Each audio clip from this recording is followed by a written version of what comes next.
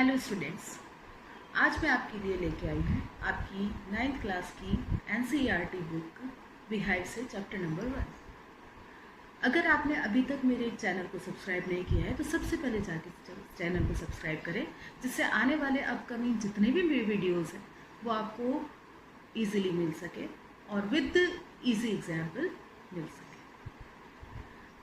So let me proceed the chapter. Chapter का name है और टाइटल है द फन दे हैड और it is written by Isaac Asimov.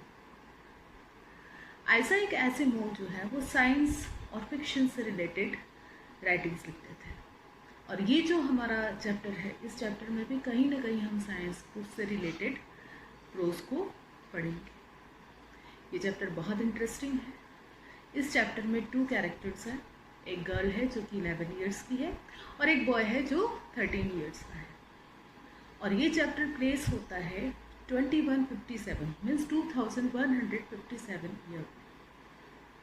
और हम आज से हम काउंट करें तो अप्रोक्सीमेटली 150 to 60 ईयर्स आगे का फ्यूचर का चैप्टर है। तो हम इसको स्टार्ट करते हैं। आपको title the fun they had, इस चैप्टर को पूरा पढ़ने के बाद ही आपको पता पड़ेगा कि ये चैप्टर है उसका टाइटल एप्रोप्रिएट है या नहीं। इस चैप्टर में एक गर्ल है जो कि मैंने पहले से बता दिया 11 इयर्स ओल्ड की है। उसका नाम होता है मार्जी। मार्जी जो है वो बहुत सेंसिटिव लड़की है, उसको पढ़ाई का और वो बहुत कम इंटरेस्ट है, और उसकी जो स्टडी है वो घर से ही होती है, कंप्यूटर से। तो वो अपनी डायरी में लिखती है कि आज टॉमी को एक रियल बुक मिली। अब आपके दिमाग में एक बात आएगी कि रियल बुक क्या होती है, रियल बुक मीन्स व्हाट, क्योंकि आज का जो है हमारे प्रेजेंट स्टडी मटेरियल है वो बुक्स पे डिपेंडेंट है। तो बुक्स का नॉलेज हम लोगों को है, पर क्या आप सोचते हैं कि 100 साल 150 साल बाद में स्टूडेंट्स जो है वो बुक से पढ़ेंगे? नहीं, स्टूडेंट बुक से नहीं पढ़ेंगे।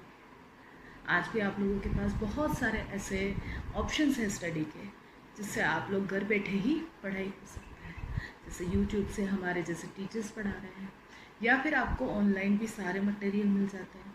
आप किसी भी सब्जेक्ट मैटर से रिलेटेड स्टडी को ऑनलाइन कर सकते हैं। तो आने वाले 100 ईयर्स के बाद तो स्कूल जो है, जैसे आज रनिंग स्कूल्स हैं, वो स्कूल्स नहीं रहेंगे। तो इनकी जो स्टडी होती है वो घर से ही होती है। घर में उनका एक सेपरेट रूम होता है जिसमें स्टूडेंट के मतलब पढ़ाई के आवर्स होते हैं, उन आवर्स को उनको उस रूम में बैठ के कंप्लीट करना होता है। और उनको वहाँ पे रोबोटिक टीचर्स पढ़ाते हैं, वहाँ पे हम जैसे पीपल्स नहीं पढ़ाते हैं। तो मार्जी जो होती है वो बहुत सरप्राइज होती है कि उसको रियल बुक मिली है। टॉमी कहता है कि टॉमी से वो पूछती है कि भाई कहाँ से मिली? तो उसने कहा कि ये मेरे ग्रैंडफादर ने दी है। तो मार्जी बोलती है कि इस तरह की पेजेस वाली और ऐसी बुक, और इसमें तो वर्ड्स रन ही नहीं कर रहा है, क्योंकि वहाँ पे तो क्या होता है, उन लोगों को कंप्यूटर से रोबोटिक टीचर से पढ़ना होता है, तो स्क्रॉलिंग करके और वर्ड्स को रीड करना होता है। तो उनके लिए ये बिल्कुल अमेजिंग था और सरप्राइजिंग था कि वर्ड्स कैसे किसी पेज पे रहते हैं। फिर उसकी और क्वेरी बढ़ती है और वो टॉमी से पूछती है कि फिर इन बुक्स का क्या करते हैं? तो टॉमी कहता है कि फिर इन बुक को पढ़ के और फिर वो फेंक देते हैं। तो टॉमी कहता है कि अगर हमारे पास तो लैक्स ऑफ बुक्स हैं, हम कभी भी हमारी बुक्स को नहीं फेंकते हैं, क्योंकि ये सारी ई बुक्स हैं और इनको हम हमारे पास स्टोर कर सकते हैं, और उससे भी ज़्यादा बुक्स को भी स्टोर कर सकते हैं, क्योंकि हमारा जो है स्टडी मटेरियल है उसकी मेमोरी बहुत ज़्यादा है। तो हम लोग कभी भी कोई भी बुक ओपन करके पढ़ सकते हैं। पर पहले जो था, पहले ये बुक्स को पर्टिकुलर ग्रेड्स के हिसाब से पढ़ा जाता था। अब ये जो बात है वो मार्गी के दिमाग में सेट होगी। मार्जी जो है उसने क्या किया कि उसको पढ़ना अच्छा नहीं लगता था। क्यों? क्योंकि उसकी जो रोबोटिक टीचर हैं ज्योग्राफी वाले, वो उनको टेस्ट पे टेस्ट दे रहे थे, असाइनमेंट पे असाइनमेंट दे रहे थे, और धीरे धीरे उसकी ग्रेड्स जो है वो कम होती जा रही थी। और कम ग्रेड्स के कारण क्या था, वो बहुत डिसअपॉइंट हो रही थी। तो उसको पढ़ाई करना, स्कूल लाइफ बिल्कुल पसंद ही नहीं थी। टॉमी उसको समझाता है कि उस टाइम जब मेरे ग्रैंडफादर के फादर जब स्कूल्स में जाया करते थे, वहाँ पे हमारी तरह स्टडी नहीं हुआ करती थी। वहाँ पे स्टूडेंट्स जाया करते थे, सब एक साथ मिलके पढ़ते थे और पढ़ के और अपनी स्टडी को कंप्लीट करते थे। सब एक ही क्लास में बैठते थे, एक ह्यूमन टीचर आता था, वो पढ़ाता था, जैसा कि आज के ज़माने में हम लोग कर रहे हैं। तो मार्जी और सरप्राइज हो गई।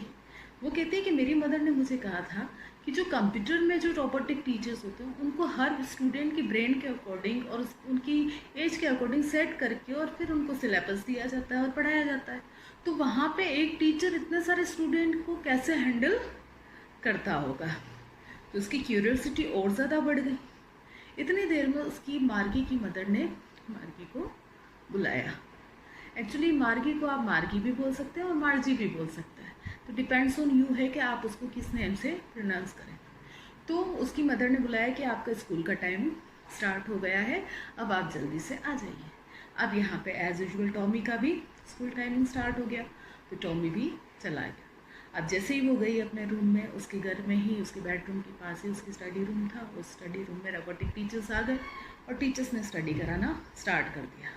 अब मैथ्स का पीरियड था, उससे पहले उसको असाइनमेंट जो थे, होम असाइनमेंट, उनको उसमें फिट करने थे और असेंबल करने थे, तो वो कर रही थी। पर उसका दिमाग अभी पढ़ाई में नहीं लग रहा था, उसका दिमाग उसी में लग रहा था। वही सोच रही थी कि उन लोगों को कितना मज़ा आता होगा, वो लोग कैसे एक साथ पढ़ते होंगे, कैसे साथ रहते होंगे, कैसे एक टीचर, एक ह्यूमन टीचर उस पूरे क्लास को कंट्रोल करता होगा, सारे बच्चों को पढ़ाता होगा, और how the fun they had, उनको कितना मज़ा आता होगा। और इस चैप्टर के साथ, सिर्फ इसी बात के साथ ये चैप्टर क्लोज हो जाता है। तो अब मैं आपसे पूछती हूँ कि आपके व्यू में आपको स्कूल लाइफ जो हम लोग अभी लीड कर रहे हैं वो पसंद है, या फिर मार्जी और टॉमी की जो लाइफ है वो पसंद है? प्लीज़ इसका आंसर कमेंट सेक्शन में ज़रूर कीजिए। बहुत इजी चैप्टर है, अच्छे से रीड करें।